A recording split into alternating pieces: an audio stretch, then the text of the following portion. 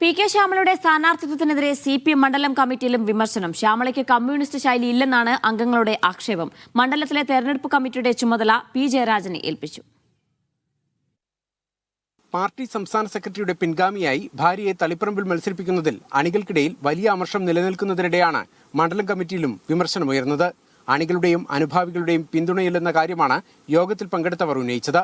Communist ശൈലിയില്ലാത്ത Shyamala നിർണായക തെരഞ്ഞെടുപ്പിൽ മത്സരിക്കാനെത്തുന്നതിൽ വിമർശനമുന്നയിച്ചവർ ആശങ്കയും രേഖപ്പെടുത്തി.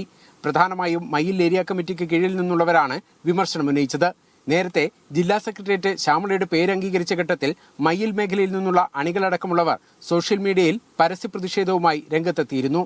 സംസ്ഥാന സെക്രട്ടേറിയറ്റ് ശ്യാമളയുടെ സ്ഥാനാർത്ഥിത്വം അംഗീകരിച്ചിട്ടും പ്രാദേശിക തലത്തിലെ പ്രതിഷേധം തുടരുന്നു എന്നതിന്റെ സൂചനയാണ് മണ്ഡലം കമ്മിറ്റിയിലെ വിമർശനം. താഴെത്തട്ടിലുള്ള വികാരം തണുപ്പിക്കാനുള്ള നീക്കത്തിന്റെ ഭാഗമായി സംസ്ഥാന സമിതി അംഗം P ജയരാജന് തളിപ്പറമ്പ് മണ്ഡലത്തിന്റെ തെരഞ്ഞെടുപ്പ് ചുമതല നൽകിയിട്ടുണ്ട്.